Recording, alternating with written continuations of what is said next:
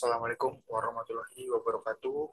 Yang saya hormati dosen pembimbing 1, dosen pembimbing 2, dosen dosen penguji 1, dosen penguji 2, dan dosen penguji 3. Video kali ini saya akan memaparkan hasil tugas akhir dengan judul Analisa Pengaruh Variasi Arus, Pengelasan Kombinasi SMAW dan GTAW terhadap pengujian kekerasan, kekuatan impact, serta pengamatan struktur mikrobat pada baja JIS SS400. Sebelumnya perkenalkan, nama saya Singgih Dira Hardian dari Prodi Teknologi Mekanika Perkeretaapian 3C, NIT 2130721. Mulai dengan bab 1 pendahuluan, yaitu latar belakang, rumus masalah, batasan masalah, maksud dan tujuan, dan manfaat. Yang kedua ada bab 2 tinjauan pustaka, meliputi penelitian terdahulu dan aspek teoritis. Bab 3 metode penelitian meliputi diagram alir, metode pengumpulan data, metode pengolahan data, dan analisis data.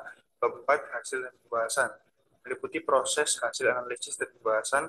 Bab 5 penutup yang meliputi kesimpulan dan saran. Bab 1 pendahuluan. Latar belakang, sambungan las. Sambungan las merupakan bagian sangat penting dalam sebuah konstruksi material yang di dalamnya terdapat parameter-parameter penentu kualitas kekuatan dan ketangguhan material dalam menerima pembebanan tertentu. Yang kedua adalah GTAW, katanya gas tungsten arc welding adalah proses menggabungkan logam dengan cara memanaskan sehingga mencair melalui busur yang terbentuk dari elektroda tungsten dan logam. Yang ketiga, las SMAW merupakan sheet metal arc welding adalah proses pemanasan busur jenis tertutup yang bertujuan mencairkan dan menggabungkan logam yang terbentuk antara elektroda dan logam. Yang keempat ada kekuatan hasil lasan yang dipengaruhi oleh tegangan busur, besar busur, kecepatan pengelasan, besarnya penembusan, dan polaritas listrik.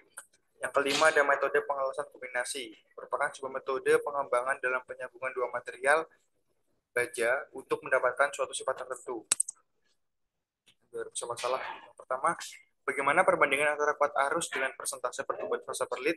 Yang kedua, mengapa penetapan harus disesuaikan dengan kebutuhan pengaplikasian. Yang ketiga, bagaimana keterkaitan antara standar arus pengelasan dengan performa mesin las terhadap hasil pengelasan. Baca masalah itu pertama, material dalam penelitian ini adalah baja JIS S400. Yang kedua, penelitian hanya berfokus untuk menguji kekerasan, kekuatan impact, serta pengamatan struktur mikro pada material. Yang ketiga, penelitian ini hanya menggunakan pengelasan kombinasi SMAW dan GTAW. Yang keempat, penelitian ini menggunakan dua jenis mesin las, yaitu mesin las Miller Master SFT dan mesin las Power Converter ACDC 200P. Maksud dan tujuannya itu yang pertama, untuk mengetahui perbandingan antara kuat arus dengan persentase pertumbuhan fase perlit ketika dilakukan pengelasan kombinasi SMAW dan GTAW pada baja JIS S400. Yang kedua, untuk mengetahui pengaruh variasi arus pada pengelasan kombinasi SMAW dan GTAW pada baja JIS S400. Yang ketiga, untuk mengetahui keterkaitan antara standar arus pengelasan dan performa mesin las terhadap hasil pengelasan. Bab 2, tinjauan pustaka. Yang pertama ada penelitian terdahulu pada tahun 2019 dengan judul Analisa Perbandingan Kekuatan Tarik Impact dan Mikrografi pada sambungan las baja SS400, pengelasan SMAW akibat dengan variasi jenis kampuh dan posisi pengelasan. Itu penulisnya Saputra. Dari hasil penelitian ini menunjukkan bahwa faktor sambungan las dan posisi pengelasan mempengaruhi kualitas sambungan ditinjau dari kekuatannya. Lalu ada tahun 2021 dengan penulis Rahman dan Sunyoto dengan judul Pengaruh Arus SMAW terhadap Kekuatan Tarik dan Impact baja konstruksi IWF JIS G301 SS400. Penelitian ini memiliki tujuan yaitu menguji pengaruh variasi kuat arus las SMAW terhadap kekuatan tarik dan kekuatan impact sambungan las baja konstruksi IWF standar JIS G301 SS400. Lalu ada penelitian di tahun 2022 dengan judul Pengaruh Variasi Arus Pengelasan Kombinasi GTAW dan SMAW terhadap sifat mekanik pada karbon steel A53 GRB yang ditulis oleh Hamdani. Penelitian ini dilakukan bertujuan untuk menganalisis variasi arus yang sesuai untuk pengelasan kombinasi antara GTAW dan SMAW pada material A53 GRB dengan menggunakan tiga variasi arus, yaitu 70 ampere, 100 ampere, dan 120 ampere. Ada aspek teoritis untuk pengelasan. SMAW GTAW, APD, baja JIS S400, mesin las, uji impact Sharpie, uji kekerasan. Bab 3 metode penelitian.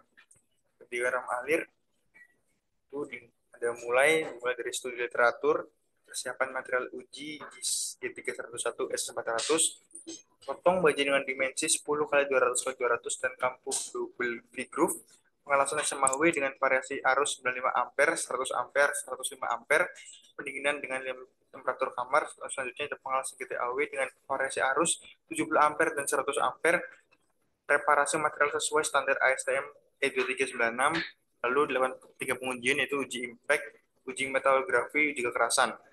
Lalu dari hasil pengujian itu dilakukan analisis data dan pembahasan. Setelah itu kesimpulan dan saran. Untuk metode pengumpulan data, jenis data primer, sekunder. Untuk teknik pengumpulan datanya itu ada dua, yaitu observasi dan studi literatur. Untuk metode pengumpulan data ada tiga, itu dimulai dari penyiapan alat dan bahan, proses pengelasan, pengujian spesimen. Untuk metode analisis data, yang pertama ada analisa yang dilakukan itu berupa analisa dari pengelasan dengan metode GTAW terdiri dari dua layer yaitu bagian root sebagai logam akar dengan besar arus 70 ampere dan juga filler sebagai pengisi pengelasan dengan kuat arus 100 ampere. Itu merupakan arus pengelasan GTAW. Lalu ada arus pengelasan SMAW. Analisa yang dilakukan pada metode pengelasan SMAW terdiri dari tiga layar. Pada setiap plat, di mana layar filler 1 dan 2 dijadikan logam pengisi dengan estimasi tebal 5 mm dan shaping sebagai lapisan terluar dengan bentuk sabit beraturan. Itu merupakan arus pengelasan SMAW. Bab 4, hasil dan pembahasan. Analisa pengamatan struktur mikro.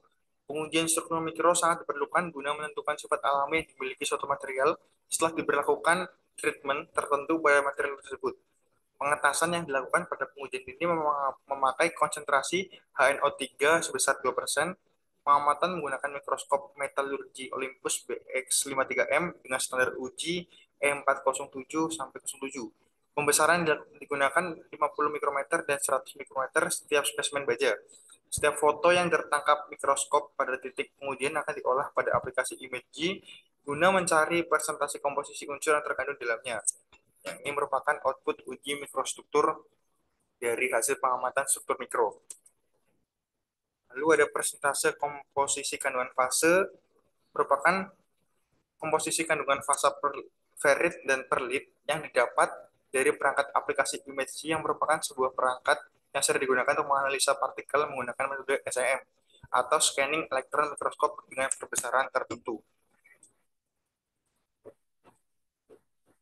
Lalu ada pengujian kekerasan atau hardness. Berikut merupakan bagian-bagian timbanan: 1 base metal, 2 hash filler SMAW kiri, 3 hash root GTAW kiri, 4 wet metal SMAW, 5 wet metal GTAW, 6 hash filler atau SMAW kanan, 7 hash root atau GTAW kanan. Tabel diagram hasil pengujian kekerasan. Dari data keseluruhan pengujian kekerasan hardness yang didapatkan, memiliki kesimpulan bahwa bahwasannya bagian base metal 1 terkeras dimiliki oleh plat 1, bagian hash filler SMAW kiri terkeras dimiliki oleh plat 3, bagian hash root GTAW kiri terkeras dimiliki oleh plat 3, bagian wet metal SMAW terkeras dimiliki oleh plat 1, bagian wet metal GTAW terkeras dimiliki oleh plat 1, bagian hash filler SMAW kanan terkeras dimiliki oleh plat 3, bagian hash root GTAW kanan terkeras dimiliki oleh plat 3. Selanjutnya, dari besaran angka kekerasan total yang didapat dari percobaan terlihat pada well metal plat 2 dan plat 3 memiliki nilai kekerasan yang sama antara filler dan root yang diisi dengan metode pengelasan yang berbeda.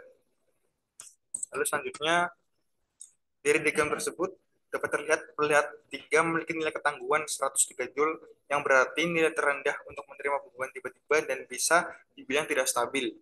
Pada tiga bagian spesimen baja yang dipilih secara acak dikarenakan hasil yang didapat dari tiga percobaan menunjukkan hasil yang sangat variatif dengan perbedaan angka yang cukup signifikan. Lalu ada pengujian impact Sharpie. Kekuatan impact energi plat dan spesimen plat 1, spesimen 1 133,37 Joule, spesimen 2 129,45 Joule, spesimen 3 199,45 Joule.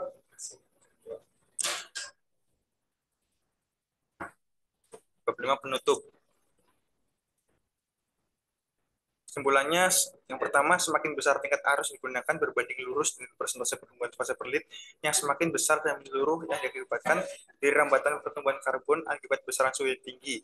Hal ini berhubungan secara langsung dengan hasil nilai kekuatan impact yang cenderung dan mengakibatkan material logam menjadi semakin keras dan keras. Arus tinggi juga sangat berguna untuk material-material logam dengan pengaplikasian di dunia industri yang membutuhkan tingkat kekerasan yang cukup tinggi.